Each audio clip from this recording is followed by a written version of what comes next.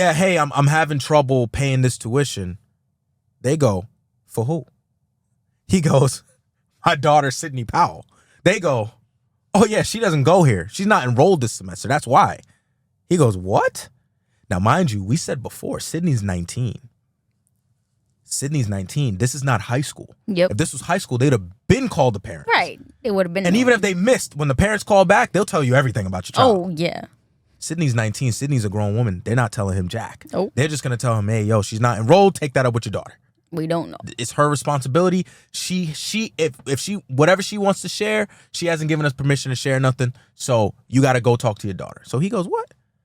So he has her location, you know? Yep. And him and his wife, Brenda Powell, which is Sydney's mom, have been realizing for months, the last 2 months, that, you know, Sydney comes back to visit on the weekends, but Sydney's also coming back at times throughout the week when should be in class. She should be busy doing homework. I don't know, doing other activities besides being here. And you're home. Like, yeah, we like to see you, but you're home a lot. So they were already a little suspicious. So now the dad's hearing that you're not enrolled, all this stuff. So he's like, what's going on? First of all, where's Cindy right now? Because she's supposed to be in class. And if they're telling me she's not even enrolled, then that means she's not at class. So if she's not at class, where the hell is she? Right. He takes out his phone. He looks at her location. There's an app. I forgot the name of the app. Yeah. There's an app that they have where he can see her location. He checks her location, and Sydney is home. Now he goes earlier than expected, because at that time, that day, she had to be in class. It was, I think, the last day of class. Mm-hmm. So he goes, nah, no way. So I couldn't pay 2 months ago. Thought it was a glitch in the system. Can't pay today. Thought it was a glitch in the system. They tell me she's not even enrolled. And now you've been coming home at odd times. And today you're home. Nah, something's up.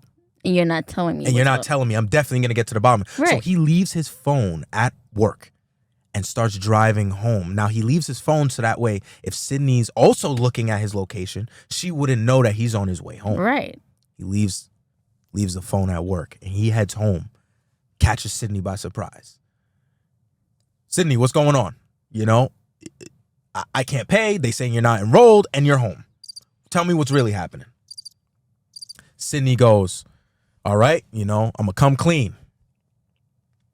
I'm thinking about taking this semester off. Like, you know, Sydney just flat out fucking lies to this hardworking man's face. I'm thinking about taking the semester off. Not I got suspended. She makes it seem like it's her choice. Right.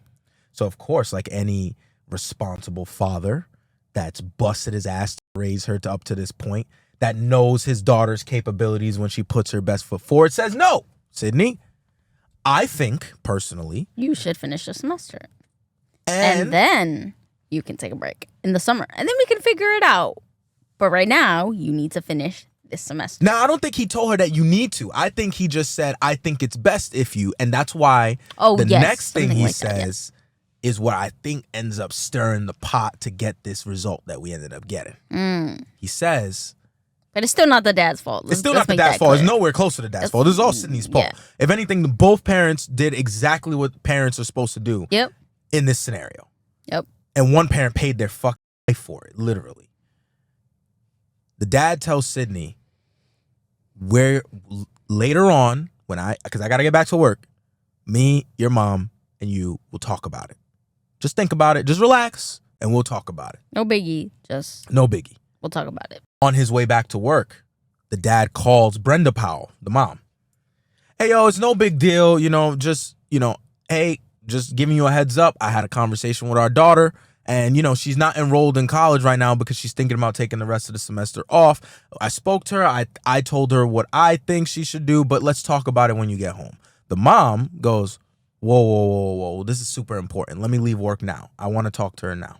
Right. Not in a very aggressive way, but in just I want to talk to my daughter. Now, I forgot exactly what her job is. She works at a children's hospital. She was a life, sort of like a little bit of a life coach, but for younger patients that were going through cancer, specifically terminal cancer. So she dealt with a lot of like grief, uncertainty, a lot of grief, a lot of like figuring things out. So she kind of had that skill down packed of like, okay, we're gonna figure it out. She knew what to do. You understand? So she wasn't the type of mom to be like, why the fuck would you? No, she was very calm, very collected. Now we don't know what happened. We weren't there that day when that entire thing happened, but we do know that was her job, and that's how she treated Sydney her entire life. Exactly. So it's safe to assume that the mom, although concerned, was not hostile or aggressive towards this decision that Sydney was potentially making. Right. She was just concerned. She was just concerned, like any parent would. So she leaves work early. She comes home. But on her way home, she calls the dean's office. Yep. They don't answer. Apparently. Because they're busy. They're in a meeting. Yes. Both deans Both at deans the time are in a meeting. They call her back. But when they call her back, she had already gotten home and spoken to Sydney a little bit. We don't know how far into the conversation they got. We don't know if it got heated or not. It's safe to assume it didn't. I don't even think Sydney admitted that the conversation got heated or anything. No. The deans call her back, and over the phone, they start hearing banging. They heard loud thud, and then someone not being able to breathe, like gasping for air. Like, I don't even want to. And I believe they heard a scream. They heard one sharp scream, banging, and then somebody like gasping for air. Yep. And they go, hello, hello, hello. And nobody's answering. And then the call hangs up. And the call.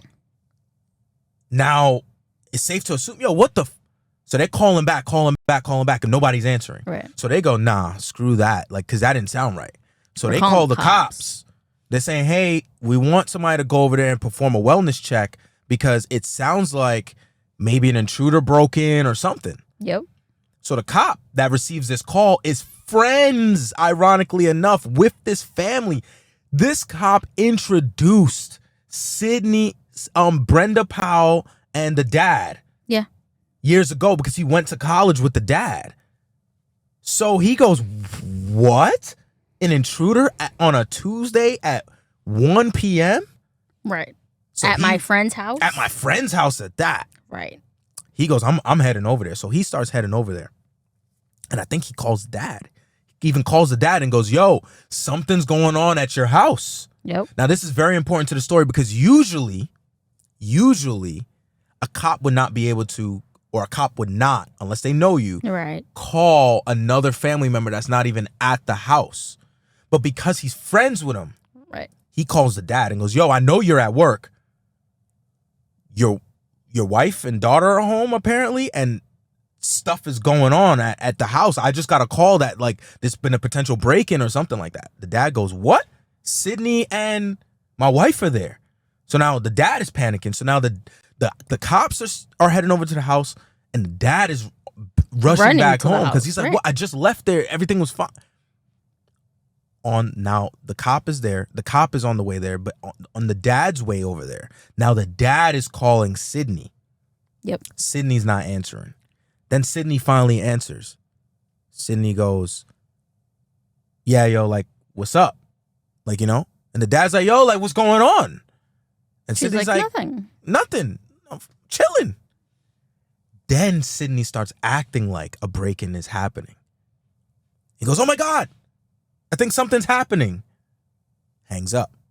The dad goes, but I just got a call from my friend who's a cop who just received a call that something's going on. So when I call you, you're not answering. Then I call you again, you answer, and you act like everything's fine. And then now you're panicking. Now something's happening. How can something be happening after I've already gotten this call?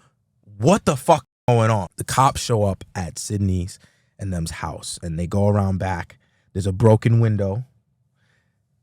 The window was broken from the inside. Yes. So clearly whoever broke the window was inside the house when they broke the window. And they show up. There's glass that's broken, but it's shattered from the inside.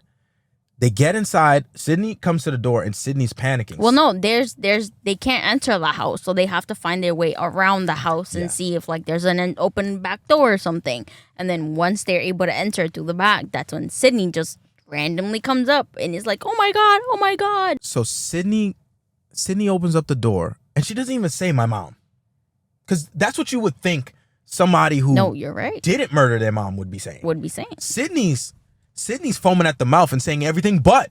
My mom. Sydney's saying, what was she? There's blood, so much blood. Oh, Something like that, something yes. happened. She told me to leave. I come back. There's so much blood. Yes. There's blood on Sydney's hands and feet. Right. So the cops are, if they're trained well enough, are trained to spot Weird stuff. and put a story together, for Right. their safety and everyone else's safety when they show up. So the police now enter the house. They search around the house and they go into the bedroom.